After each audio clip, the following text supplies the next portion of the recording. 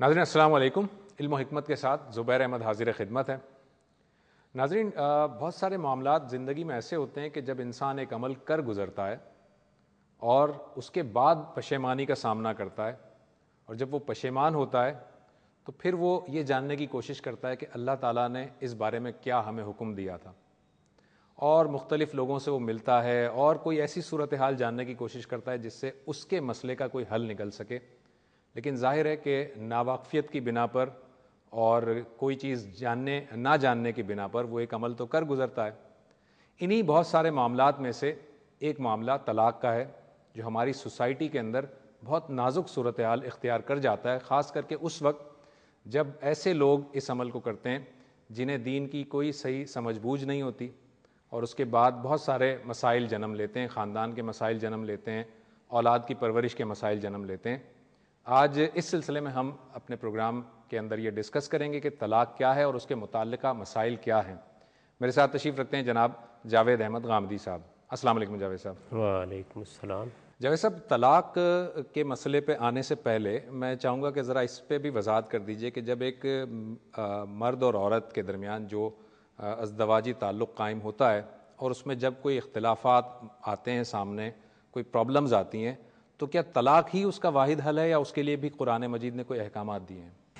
اللہ تعالیٰ نے تو سب سے زیادہ تلقین اس بات کی ہے کہ اگر ایسی نوبت آ گئی ہے تو اصلاح کی کوشش کی جائے۔ اصلاح کا پہلا قدم خود شوہر اٹھاتا ہے، بیوی یہ کوشش کرتی ہے کہ اس کا گھر بچا رہے۔ اس کے بعد اللہ تعالیٰ نے ہدایت فرمائی ہے کہ آپ خاندان کے لوگوں میں سے حکم مقرر کر لیجئے، ایک شخص بیوی کے خاندان سے، ایک شوہر کے خاندان سے، یہ بزرگ لوگ مل بیٹھیں جن پر دونوں اعتماد کرتے ہوں، اور یہ کوشش کریں کہ سلجھا دیا جائے، کیونکہ گھر آسانی سے نہیں بنتا۔ یہ ٹوٹ جائے تو اس کے غیر معمولی نتائج نکلتے ہیں، جیسے خود آپ نے اشارہ کیا کہ اب اولاد کا کیا بنے گا، ان کی پرورش کی کیا صورت ہوگی، ان کو جن نفسیاتی مسائل کا سامنا کرنا پڑے گا اس کا کیا علاج ہے۔ یہ ساری صورتیں چونکہ اپنے بڑے سنگین نتائج رکھتی ہیں، اس لیے اللہ تعالیٰ بھی یہی چاہتے ہیں، اللہ کا پیغمبر بھی یہی چاہتا ہے، اور عقل عام بھی یہی چاہتی ہے کہ گھر کو بچانے کی صحیح کی جائے۔ تو قرآن مجید بھی اسی بات کی تلقین کرتا ہے کہ دونوں خاندانوں کے اندر سے حکم بیٹھیں اور وہ یہ کوشش کریں کہ ان کے مابین اصلاح کرا دیں۔ اگر کوئی غلط فہمی ہے دور کر دی جائے، اگر کسی جگہ کوئی ضد اور ہٹ درمی ہے تو بزرگ شفقت کے ساتھ سمجھائیں گے تو ممکن ہے کہ اس کا ازالہ ہو جائے۔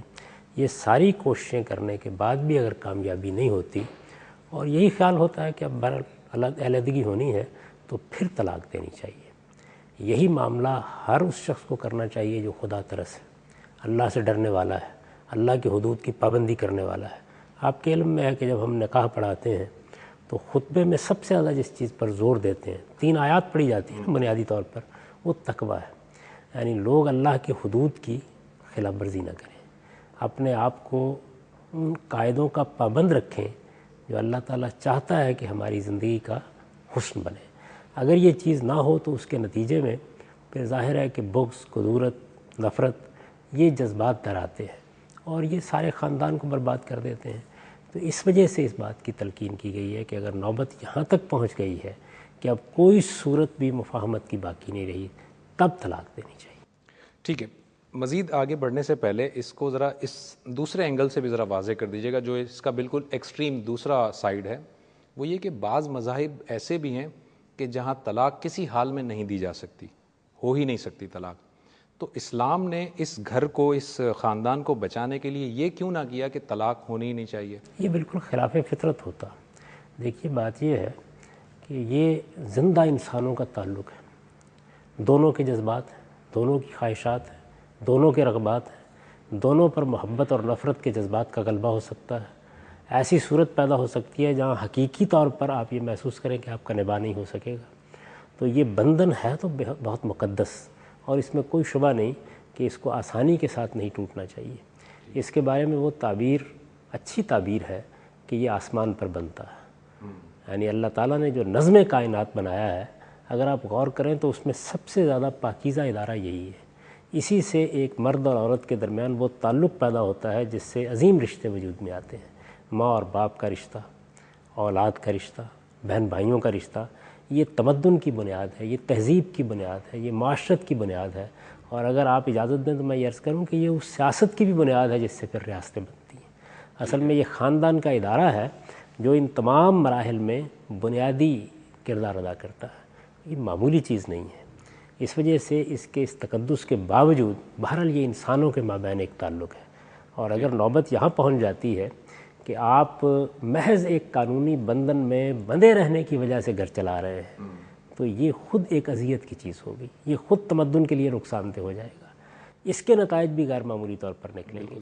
تو فطرت کا تقاضا کیا ہے کہ جہاں لوگوں کو یہ بتایا جائے کہ وہ اس گھر کو بچانے کی کوشش کریں، ایک بار یہ عہد باندھا ہے تو اس کو نبھانے کی کوشش کریں، اس کے تقاضوں کو پورا کرنے کی کوشش کریں، ان کی اولاد ہے، ان کے بچے ہیں، ان کے لیے اظہار کا جذبہ اپنے اندر پیدا کریں۔ اگر ان کی کچھ خواہشات اور رغبات ایسی ہیں کہ جو پوری نہیں ہو رہی تو اس کو اپنی آخرت پہ چھوڑ دیں، یہ ساری باتیں کہی جائیں گی۔ لیکن اگر نوبت یہاں پہنچ جاتی ہے تو پھر آپ باندھ کر نہیں رکھ سکتے، یعنی اسلام اس بات کی اجازت نہیں دیتا کہ آپ انسانوں کو مارے باندھے کوئی کام کرنے کے لیے آمادہ کریں۔ ایسی نوبت آ گئی ہے تو اچھا یہ ہے کہ شائستگی سے علیحدہ ہو جائے۔ ٹھیک ہے، ایک چھوٹا سا وقفہ لیتے ہیں ناظرین، اور وقفے کے بعد آئیں گے تو جاوید صاحب سے یہ جاننے کی کوشش کریں گے کہ طلاق کے پھر طریقہ کار جو قرآن مجید بیان کرتا ہے وہ کیا ہے۔ بریک کے بعد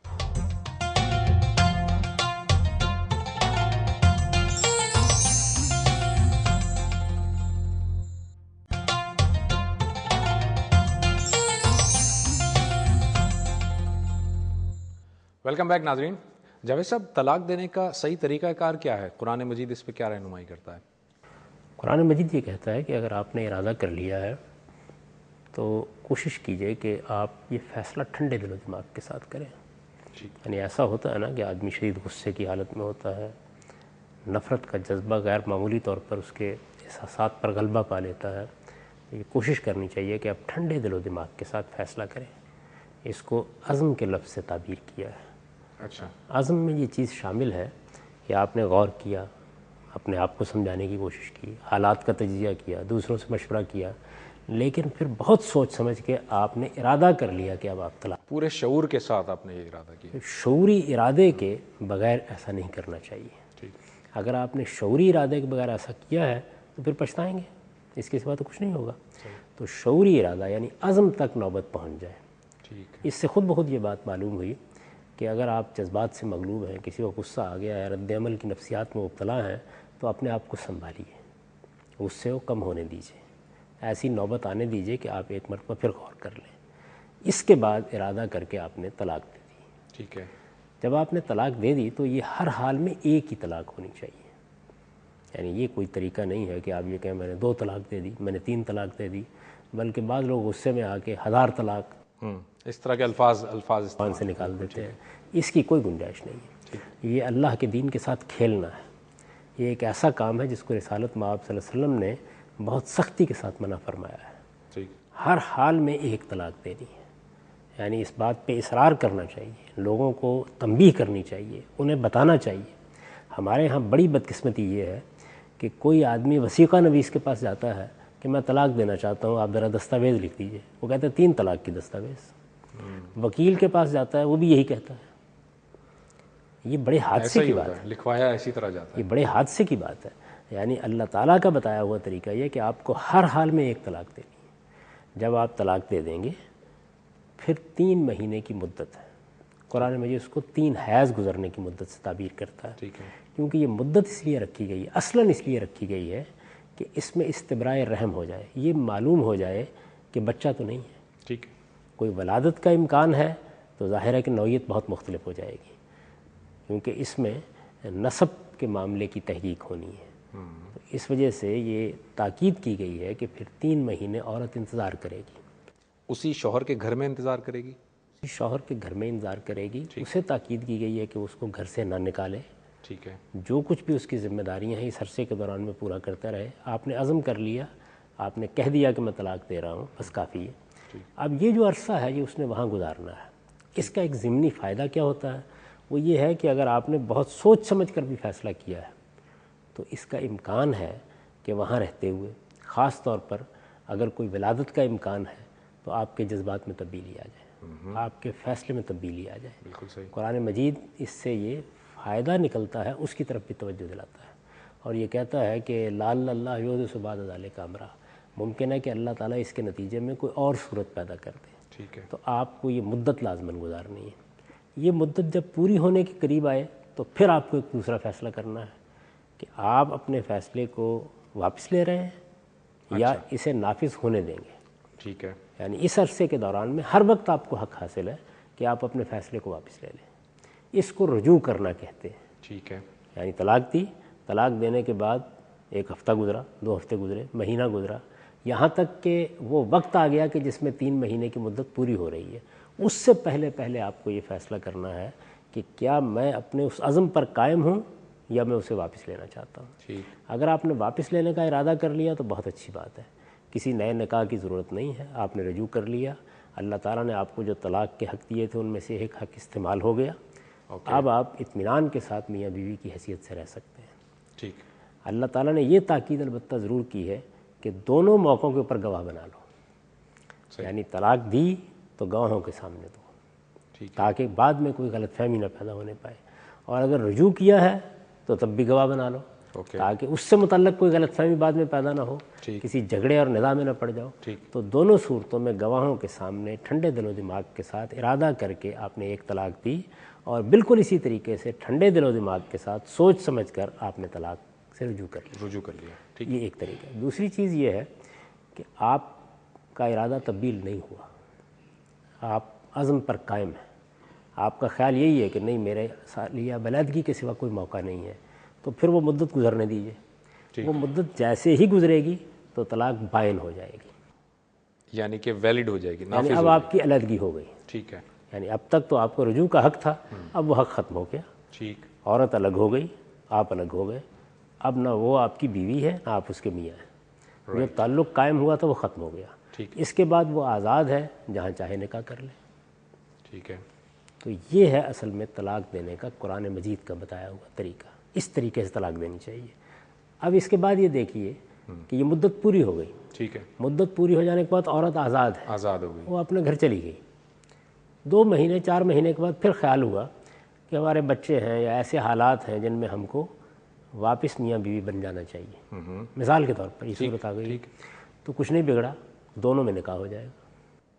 اچھا، اس کے لیے کوئی مدت تو نہیں ہے کہ 2 مہینے بعد اگر فیصلہ ہوا، یا اس کے لیے بے شک 5 سال بعد ہوا، اگلے دن نکاح کر رہے ہیں، 5 سال بعد نکاح کر رہے ہیں، 10 سال بعد نکاح کر رہے ہیں، یعنی وہ اب اس کے لیے ایک اجنبی عورت ہے جس سے دوبارہ نکاح ہونا ہے، رائٹ، تو وہ اگر چاہیں تو جس طرح ہر وقت کسی خاتون سے آپ اس کی مرضی سے نکاح کر سکتے ہیں، بالکل اسی طریقے سے آپ نکاح کر سکتے ہیں۔ تو دوبارہ نکاح ہوگا اور دوبارہ مہر طے ہوگا، دوبارہ نکاح ہوگا، دوبارہ رضامندی چاہیں گے، یعنی میں نے تو آپ سے عرض کیا نا کہ جس وقت مدت پوری ہو گئی، جس کو عدت کہتے ہیں، ٹھیک ہے، جب وہ پوری ہو گئی تو پھر اس کے بعد نہ میاں کا تعلق باقی رہا نہ بیوی کا تعلق باقی رہا، بالکل صحیح، آپ اس کے لیے اجنبی ہیں، وہ آپ کے لیے اجنبی ہے۔ ایسے ہی ہے کہ جب آپ کسی عورت سے شادی کرنا چاہتے ہیں تو پیغام بھیجتے ہیں، تو اب بھی یہی ہوگا، صحیح، بالکل ٹھیک، وہ اگر چاہے گی تو شادی کرے گی، چاہے گی تو انکار کر دے گی۔ دونوں کی باہمی رضامندی سے اگر دوبارہ نکاح ہوتا ہے بہت اچھی بات ہے، لیکن صرف نکاح ہی کرنا پڑے گا، یعنی اور کوئی شرط نہیں ہے، نکاح ہوگا پھر وہ میاں بیوی کی حیثیت سے زندگی بسر کر سکتے ہیں۔ یہ سادہ طریقہ ہے جو اللہ تعالیٰ نے بتا دیا ہے۔ یعنی اگر اس کا خلاصہ میں کر دوں، آپ اجازت دیں، جی جی جی، کہ جس وقت آپ کے مابین کوئی مناقشت کی صورت پیدا ہو گئی، کوشش کیجیے کہ اصلاح ہو جائے، خاندان سے حکم بنائیے، وہ صلح کرانے کی کوشش کریں، اصلاح کرنے کی کوشش کریں، ممکن حد تک میاں اور بیوی کی خواہش بھی یہی ہونی چاہیے، گھر بچ جائے، اہل خاندان کی بھی خواہش یہی ہونی چاہیے۔ ٹھیک ہے، اس کے لیے اپنی طرف سے آپ جو کوشش کر سکتے ہیں کر ڈالیے، ناکامی ہو جاتی ہے اور شوہر اسی ارادے پر قائم رہتا ہے یا بیوی اسی اصرار پر قائم رہتی ہے کہ مجھے طلاق حاصل کرنی ہے، تو طلاق دی جائے گی۔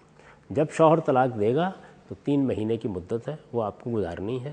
اس مدت کے دوران میں رجوع کر لیا، بہت اچھی بات ہے، طلاق کا حق استعمال ہو گیا، لیکن رجوع کے نتیجے میں آپ اس کے پابند ہو گئے کہ آپ میاں بیوی کی حیثیت سے اپنے حقوق ادا کریں، جیسی زندگی آپ پہلے بسر کر رہے تھے ویسی زندگی بسر کریں، نکاح آپ کو نہیں کرنا پڑا۔ ٹھیک، مدت پوری ہو گئی، عدت کا زمانہ گزر گیا، طلاق بائن ہو گئی، مرد و عورت الگ ہو گئے، اب وہ ایک دوسرے کے لیے اجنبی ہیں، چاہیں تو دوبارہ نکاح کر سکتے ہیں، اور کوئی شرط اس کے لیے نہیں۔ ٹھیک، ایک چھوٹا سا بریک لیتے ہیں ناظرین، اور بریک کے بعد گفتگو کنٹینیو کریں گے۔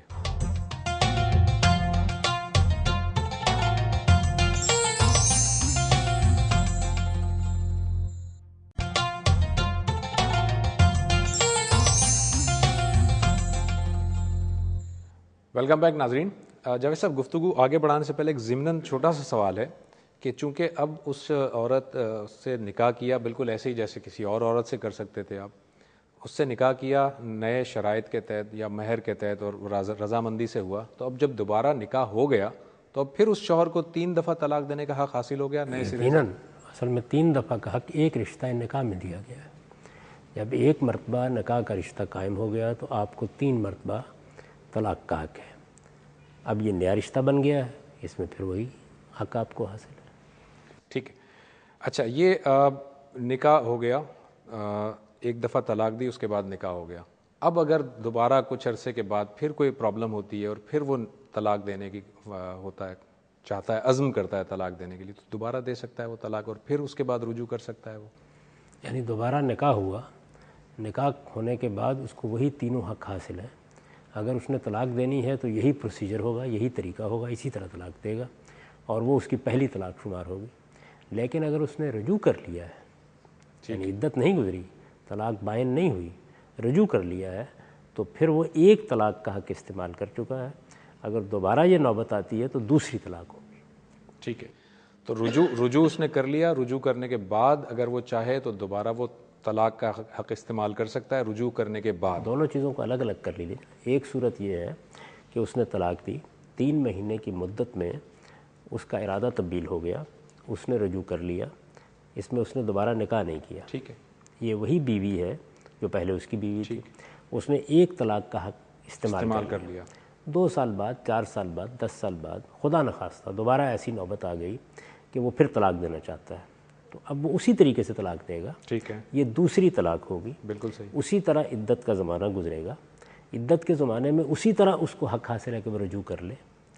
اگر وہ رجوع نہیں کرتا, عدت پوری ہو جاتی ہے, تو پھر طلاق واقع ہو جائے گی. اور جب طلاق واقع ہوگی تو اسی طرح وہ ایک اجنبی خاتون ہوگی, وہ اپنے گھر چلی جائے گی اور آزاد ہوگی کہ کسی دوسرے مرد کے ساتھ شادی کر لے. ٹھیک. یعنی بالکل وہی طریقہ ہوگا جو پہلی مرتبہ اختیار کیا. اب میں یہ جاننا چاہ رہا ہوں کہ اگر دوسری مرتبہ طلاق دینے کے بعد بھی اس نے رجوع کر لیا, اب اس کے بعد کیا معاملہ ہوگا اس کے ساتھ؟ دوسری مرتبہ طلاق دینے کے بعد بھی اس نے اگر رجوع کر لیا ہے تو پھر ایک حق ابھی باقی ہے. ٹھیک ہے. پھر زندگی میں کبھی نوبت آ جاتی ہے, وہ طلاق دیتا ہے. اگر وہ تیسری مرتبہ بھی طلاق دے دیتا ہے, یعنی ایک مرتبہ طلاق دی, رجوع کر لیا, ٹھیک, برسوں کے بعد پھر نوبت آ گئی, اس نے طلاق دی, رجوع کر لیا, تو 2 حق استعمال ہو چکے تھے. اب اگر تیسری مرتبہ وہ اس حق کو استعمال کرتا ہے تو پھر قرآن مجید یہ کہتا ہے کہ اب اگر نوبت وہاں پہنچ گئی کہ جہاں وہ علیحدہ ہو جائے, یہی ہوگا نا, تو اب حق رجوع ختم ہو گیا ہے. یعنی تیسری دفعہ جب وہ طلاق دے گا تو حق رجوع ختم, حق رجوع ختم ہو گیا. اب ایک ہی شکل ہو سکتی ہے, اور وہ یہ کہ وہ کسی اور مرد سے نکاح کرے اور نکاح کے بعد وہاں سے اس کو طلاق ہو. اب ان دونوں کے مابین نکاح ہوگا. ٹھیک ہے. یعنی اب یہ عدت کے دوران میں تو رجوع کر سکتا ہے, لیکن اگر عدت ختم ہو گئی ہے اور ان دونوں کے مابین علیحدگی ہو گئی ہے تو دوبارہ نکاح نہیں ہو سکتا. صحیح. جو یعنی اس فرق کو سمجھ لیجئے. بالکل صحیح ہے کہ اگر تو اس نے رجوع کرنا ہے عدت کے دوران میں, پھر تو مسئلہ نہیں ہے. یعنی ایک اصطلاحی رجوع ہے, اس کا حق تو اس کو حاصل ہے. ایک یہ ہے کہ وہ طلاق دینے کے بعد جب علیحدگی ہو گئی تو پھر اس خاتون کی طرف رجوع کرنا چاہے, یعنی دوبارہ نکاح کرنا چاہے, تو دوبارہ نکاح اب نہیں کر سکتا.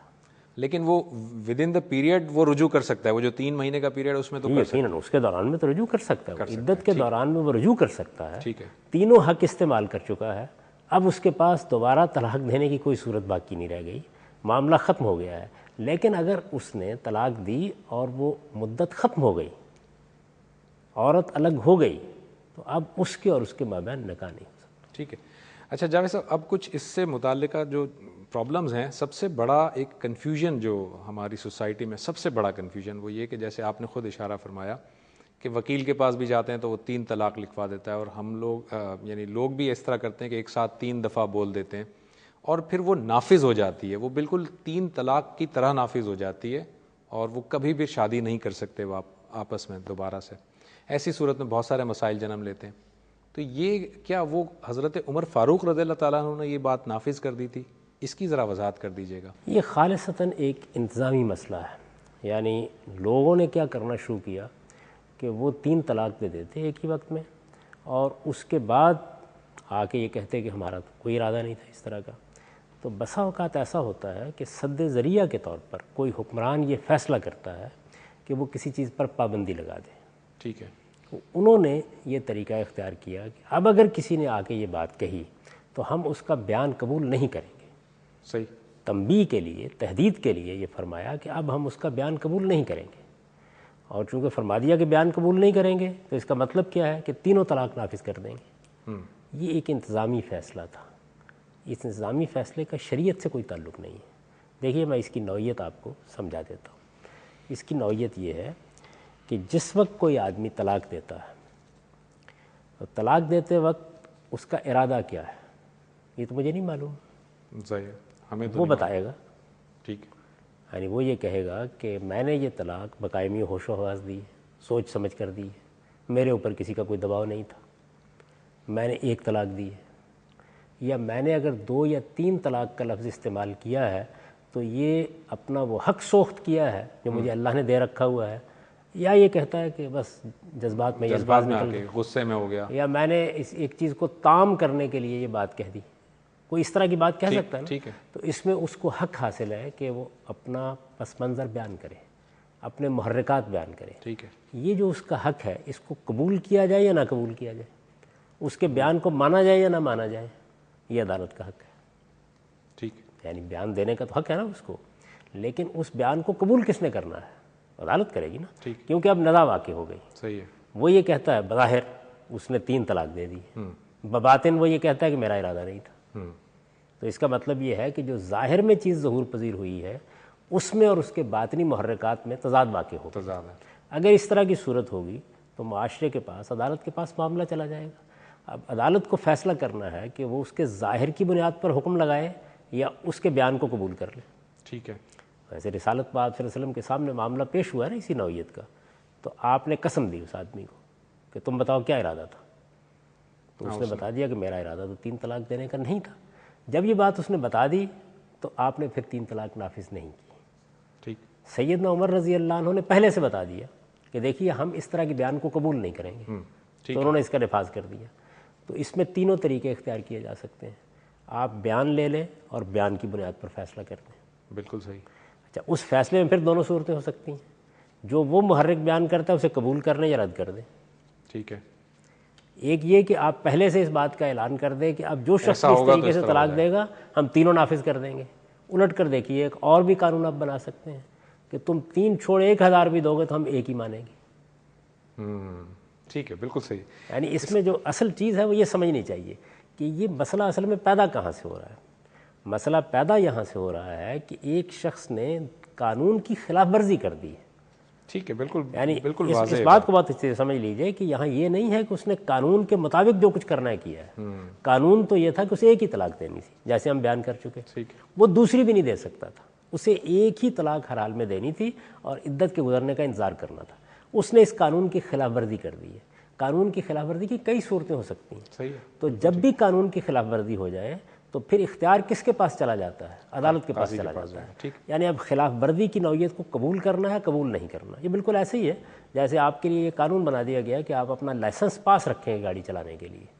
کانسٹیبل نے آپ کو پکڑ لیا، آپ نے کہا لائسنس نہیں ہے. آپ یہ کہتے ہیں گھر میں پڑا ہوا ہے.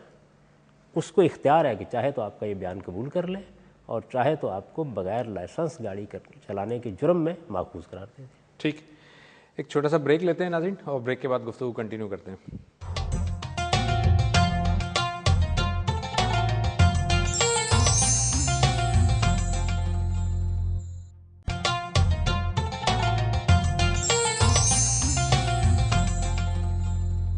ویلکم بیک ناظرین. جاوید صاحب، یہ اکثر کہا جاتا ہے کہ جی اگر کوئی عورت حاملہ ہے تو اس صورت میں اگر مرد طلاق دے گا تو وہ طلاق ہوگی ہی نہیں.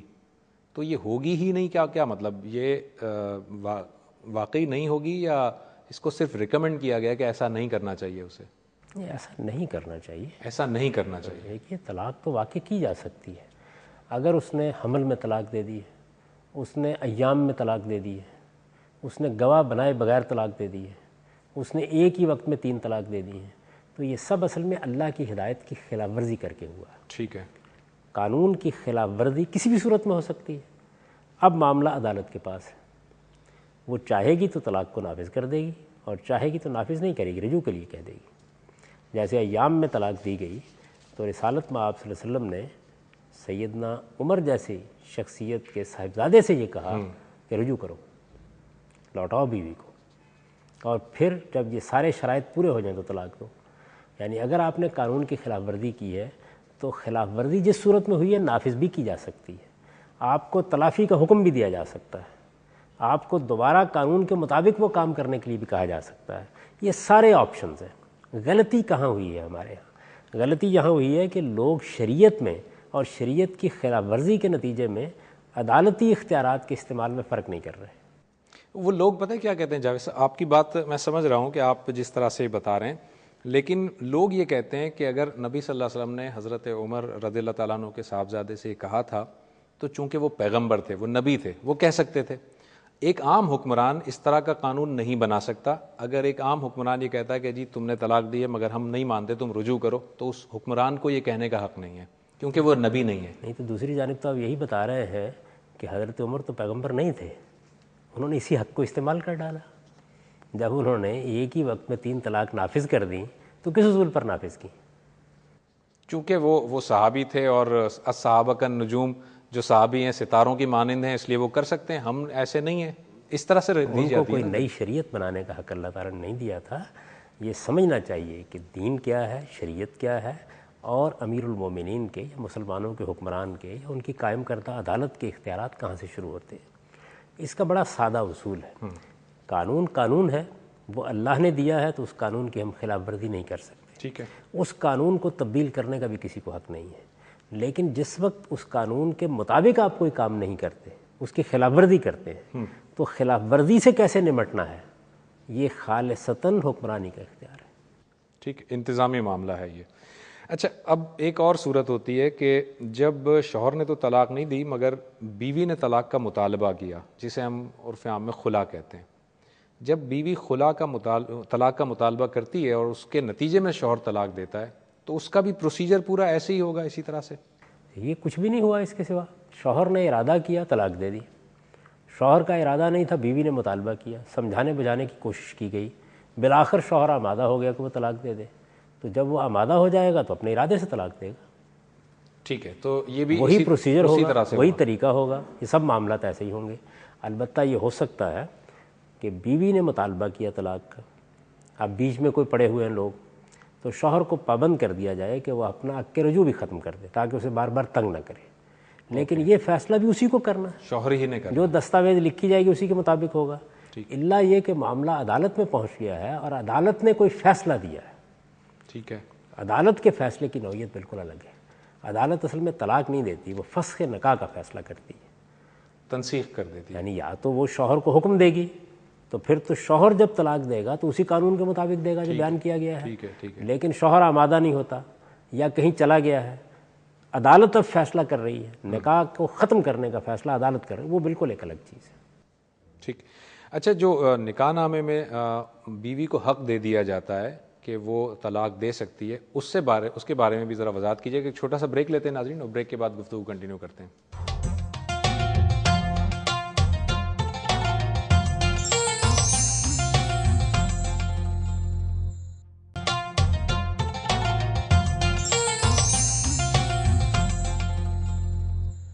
ویلکم بیک ناظرین۔ جاوید صاحب، بیوی کو جو حق دے دیا جاتا ہے، نکاح نامے میں لکھوا دیا جاتا ہے، اس حق کو وہ کبھی بھی کسی بھی طرح استعمال کر سکتی ہے کیونکہ وہ خلا جیسا نہیں ہے معاملہ؟ یہ بھی ایک خالص اجتہادی مسئلہ ہے۔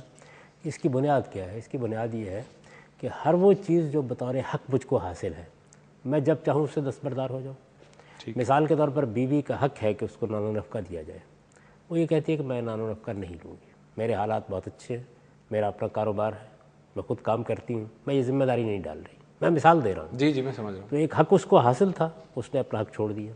اسی طریقے سے شوہر کو طلاق دینے کا حق دیا گیا تھا، اس نے نکاح کے موقع کے اوپر یہ طے کر دیا کہ میں اپنا یہ حق تمہیں تفویض کر رہا ہوں، تو ہمارے فقہا اس کے قائل ہیں۔ میں اس کو بازو نہیں سمجھتا، میرے نزدیک اس سے بہتر طریقہ اختیار کرنا چاہیے، اور میں نے وہ تجویز بھی کیا تھا، بلکہ جب اسلامی نظریاتی کونسل سے میں متعلق تھا تو اس وقت ایک باقاعدہ طلاق نامہ ہم نے بنا دیا تھا، اور اس کے ساتھ یہ تجویز بھی رکھ دی تھی کہ خود طلاق نامے ہی کے اوپر یہ عبارت لکھ دینی چاہیے کہ یہ نکاح اس شرط کے ساتھ ہوا ہے کہ اگر کبھی عورت طلاق کا مطالبہ کرے گی تو 90 دن میں یا 120 دن میں جو وقت بھی آپ مقرر کر دیں شوہر پابند ہوگا کہ وہ طلاق دے دے. اگر وہ اس مدت میں طلاق نہیں دے گا تو آپ سے آپ طلاق واقع ہو جائے گی. ٹھیک، یہ زیادہ بہتر طریقہ تھا. یعنی اس میں جو قرآن کا بنایا ہوا قانون ہے اس کی روح محفوظ رہتی ہے اور ایک مسئلہ بھی حل ہو جاتا ہے. وہ مسئلہ کیا ہے جو آپ کو حل کرنا ہے؟ وہ مسئلہ یہ ہے کہ خواتین کو عدالتوں کی طرف نہ جانا پڑے.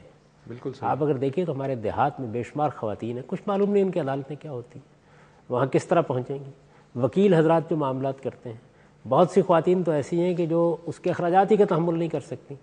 تو اس کا ایک طریقہ یہ بھی ہے. تاہم فقہا چونکہ اس بات کے قائل ہیں تو وہ طریقہ بھی اختیار کیا جا سکتا ہے. آپ یہ نہیں کہہ سکتے کہ وہ طریقہ بالکل غلط ہے، لیکن صاف معلوم ہوتا ہے کہ اس طریقے کو اگر اختیار کیا جائے گا تو پھر جو روح ہے طلاق کے پورے قانون کی وہ بڑی حد تک مجروح ہو جاتی ہے. اچھا، طلاق دے دی اور میاں بیوی بالکل الگ ہو گئے، آزاد ہو گئے. اب اس بیوی پر کیا شوہر کے اوپر ذمہ داری ہے اس بیوی کے نان نفقے کی؟ وہ تو بیوی نہیں رہی، ختم ہو گیا معاملہ. اس کا وراثت ہے یا جو دوسری دیگر ضروریات ہیں اس کی ذمہ داری اسی سابقہ شوہر پر ہے. یہ سب معاملات ختم ہو گئے. البتہ اللہ تعالیٰ نے یہ حکم دیا ہے کہ جب تم طلاق دیتے ہو تو اپنی بیوی کو اب تمہیں کچھ نہ کچھ دینا ہے. اچھا. یعنی اس کے بھی بہت سے پہلو ہیں. ایک یہ کہ آپ نے اپنی بیوی کو کچھ دے رکھا ہوا تھا، مکان اس کے نام تھا، زمین اس کے نام تھی، کچھ آپ نے روپیہ اس کے بینک میں جمع کرا رکھا ہوا تھا. تو قرآن مجید یہ کہتا ہے کہ آپ کو اس میں سے ایک پائی بھی واپس لینے کا حق نہیں. ٹھیک ہے. یہ سب کچھ اب اس کا ہے. یہ بڑی درات کی بات ہوگی کہ اچھے حالات میں جو کچھ آپ نے دیا تھا اس موقع پر آپ واپس لینے کی کوشش کریں. اس سے وہ سختی کے ساتھ روکتا ہے. صرف ایک معاملہ ہے جس میں اجازت دیتا ہے اور وہ یہ ہے کہ نباہ کی صورت نہیں ہو رہی. شوہر طلاق اس وجہ سے نہیں دے رہا کہ میں تو بہت مال و دولت دے چکا ہوں، سب کچھ جائے گا. بیوی طلاق لینا چاہتی ہے تو اب بیوی آگے بڑھ کے اپنے اس حق میں سے کچھ چھوڑنے کے لیے آمادہ ہو جاتی ہے. یعنی یہ بھی دیکھیے نا، اس کا حق ہو گیا. جب اللہ تعالیٰ نے یہ فرمایا کہ جو کچھ تم دے چکے ہو اسے واپس نہیں لے سکتے، تو اس کا مطلب ہے اس کا حق تو قائم ہو گیا نا اس کے اوپر. بالکل صحیح ہے. تو اس نے اپنی مرضی سے کچھ چھوڑنا ہے تاکہ شوہر کو آمادہ کیا جا سکے کہ وہ اس کو طلاق دے دے. تو ایک یہ چیز ہو گئی. دوسری چیز جو قرآن مجید نے کہی ہے وہ یہ ہے کہ اس کو کچھ متاع دے کے رخصت کرنا ہے. اب اس کی کئی صورتیں ہو سکتی ہیں. ایک صورت یہ ہو سکتی ہے کہ آپ نے کچھ رقم دے دی، کچھ تحفے تحائف دے دیے، رخصت کر رہے ہیں نا آپ. اتنا تعلق رہا ہے، معروف طریقے سے رخصت. آپ نے یہ محسوس کر کے کہ ہمارے معاشرے میں اس کا کوئی پرسان حال نہیں ہوگا، کوئی مکان اس کے نام کر دیے، کوئی اور جائیداد اس کے نام کر دی. تو اس طرح کی جتنی چیزیں ہیں وہ آپ اپنی مرضی سے کر سکتے ہیں. اب یہیں ریاست پھر آتی ہے. اللہ تعالیٰ نے یہ حکم دے دیا ہے کہ کچھ متاع دے کے اس کو کچھ ساز و سامان دے کے آپ کو رخصت کرنا ہے. وہ آتی ہے اور وہ آ کے اس کے لیے قانون سازی کر دیتی ہے. اچھا ٹھیک ہے، کر سکتی ہے، بالکل صحیح. اس کو حق حاصل ہے. مثال کے طور پر یہی قانون سازی کر دی گئی ہے کہ ہمارے معاشرے کے حالات کا لحاظ رکھتے ہوئے اس متاع کی صورت یہ ہوگی کہ شوہر اپنی آمدنی میں سے اتنا حصہ مستقلاً دیتا رہے گا یا اس وقت تک دیتا رہے گا جب تک یہ خاتون کہیں نکاح نہیں کر لیتی. تو یہ تمام معاملات ہیں جن میں قانون سازی کی جا سکتی ہے. اللہ تعالیٰ نے جو حکم دے دیا ہے اور بڑی تاکید کے ساتھ دیا ہے، حقاً المحسنین کہہ کے دیا ہے، حقاً المتقین کہہ کے دیا ہے. یعنی یہ اللہ سے ڈرنے والوں پر ایک حق ہے کہ وہ ساز و سامان دے. تو یہ تو ضروری ہے، لیکن باقی حقوق ختم ہو جائیں گے. ظاہر اب میراث کا ختم ہو جائے گا، دوسرے حقوق ختم ہو جائیں گے، وہ اب بیوی نہیں رہی. ٹھیک. Thank you very much Javed صاحب، بہت بہت شکریہ. ناظرین، طلاق کے موضوع پہ ہم نے گفتگو کی اور مجھے پوری طرح سے اس بات کا احساس ہے کہ بہت سارے اور بھی مسائل ہیں. اولاد سے ریلیٹڈ جو پرابلمز ہوتی ہیں، ان کی پرورش سے متعلق، جو فون پر طلاق دے دی جاتی ہے، SMS پر طلاق، اس طرح کے بہت سارے معاملات ہیں. لیکن ہمارا وقت ختم ہوا چاہتا ہے. انشاءاللہ کسی اور پروگرام میں ان اور چند جو چیزیں رہ گئی ہیں ان کو سمیٹنے کی کوشش کریں گے. اگلے پروگرام تک کے لیے زبیر احمد کو اجازت دیجیے. اللہ حافظ.